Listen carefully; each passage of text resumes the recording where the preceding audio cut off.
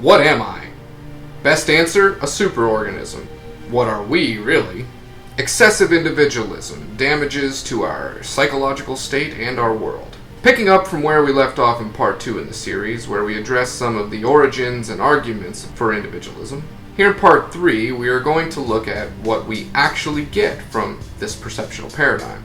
Again, the status quo driven opinions are not okay. Attempting to hold on to the self is perpetuating a delusional perception of reality, and is leading to the separation of everything we are indeed part of. The damages to our ecosystem and our tribe are easily observed. Harmful behavioral expressions that emerge from a perception of individualism are many in numbers. Some examples: lack of empathy, greed, pride, ego, narcissism, belief in the ownership of biology, concept of ownership in general, which yields slavery, by the way, and the list goes on and on. Then there is the harm to the environment. Some examples: pollution, destruction of our forests, putting the value of self over other life forms, and the list goes on and on and on.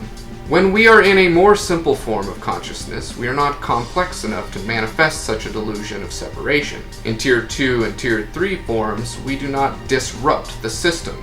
We fill niches and balance is maintained. When we achieved Tier 4 and Tier 5 consciousness, we became complex enough to separate from the mass of biology, which is our biosphere. We are in an odd stage of evolution that is yielding ever-increasing expressions of emergent properties. We are complex enough to question the nature of our existence, but not complex or knowledgeable enough to know the answers. This is obviously a problem. Perhaps some of us are capable of understanding this state of existence, and this channel is evidence of that. But the majority are clearly not capable. Please, prove that statement wrong.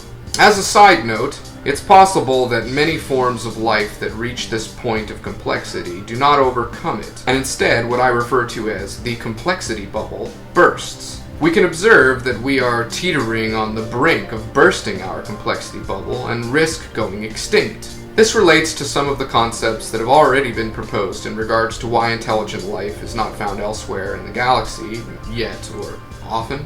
I've shared pieces of this theory with many people over the years, and there is great resistance. Religious people don't want to relinquish their concept of a soul because it would mean they don't live forever, so fear prevents them from examining this rationally. And most religious people are Tier 4 consciousness. At the level of mental complexity associated with that tier of awareness, we don't know what to do with all of these factors. Tier 5 consciousness are typically manipulators, and they have many self-affirmations of superiority over Tier 4 and Tier 3 forms of life. Those affirmations justify manipulating Tier 4 into forms of slavery in order to save calories, and they enjoy the hierarchy they manifest into society. It's a Matrix-style created game that they can't lose at because they made the rules. So for a Tier 5 to accept this, they must in a sense allow the self to die. They've put so much work into building this concept of self that they are pot committed. Tier 5 do not want to face the facts that we all spend time as the different expressions of consciousness that exist, and that we really do reap what we sow. For both Tier 4 and Tier 5 consciousness, there is also sports-driven mentality brainwashing that factors into this equation. If they accept that they've been living in a false perception of reality, then they're admitting that they were wrong. And being wrong is psychologically associated with losing. Excessive individualists with sports-driven mentality are far too egotistical to accept such a giant perceived loss. And in doing so, a massive waste of calories is observed, which is against our biologically adapted directive that has been acquired over the course of evolution to save calories. We must stop being the children of the universe. We must push past our oversimplifications and psychological security blankets, oversimplification logic fallacy, and fear-based cognitive bias. We must start to think as one life of the planet and as part of the universe. If the world does not take heed of this message, then we will likely be set back to the point of Tier 2 or perhaps even Tier 1 awareness. Inevitably, forms of life will emerge from the same processes that yielded our emerging consciousness, and we will achieve Tiers 4 through 6 again, but that will take millions of years. Likely at which point we would just face the same perceptual dilemmas. Let's not be counterproductive. It's time to adapt. This is one of the cores of the thought revolution. Increasing the complexity of our perception to this point should be one of our main goals. I believe there's a percentage of our forms of consciousness that understand this or are beginning to understand this. And they all have different ways of describing what they think they're observing. But we have to remove ambiguity, and we have to consolidate on what it is we think we're observing, and as to how we want to perceive reality and each other. Producing morals from tangible understandings and physical factors of our reality makes our morals unshakable.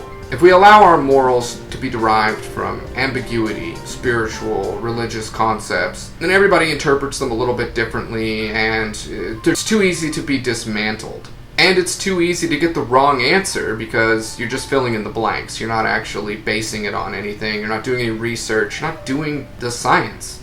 Yes, I could be wrong. This is just a theory. The facts are all there for us to make this connection and understand this. Whether we want to is the next question we need to ask. We can either continue with excessive individualism and religions and fight each other and continue the greed and the abuse, or we can understand things from a scientific perspective and see the connectivity between all life and the importance of all facets of all life, have a deeper respect, and work together to figure out better ways to do things. Obviously, the way we've been doing things in the past isn't working. If we don't change our perception of reality, then our mass psychological state is not going to change. And at the core of all harm that's being done in the world is a failure to understand and a broken psychological state. Corruptions, if you will. Out of control imaginations. Anyway, I'm going to end that right here. I have so much more to say on this. Thank you for joining the Thought Revolution. If you have any questions, leave them in the comments below. And don't forget, subscribe, thumb up, and share. It really is life and death at this point. You know, whatever. If you don't want to promote my channel, I don't really care. Whatever. But at least promote the idea.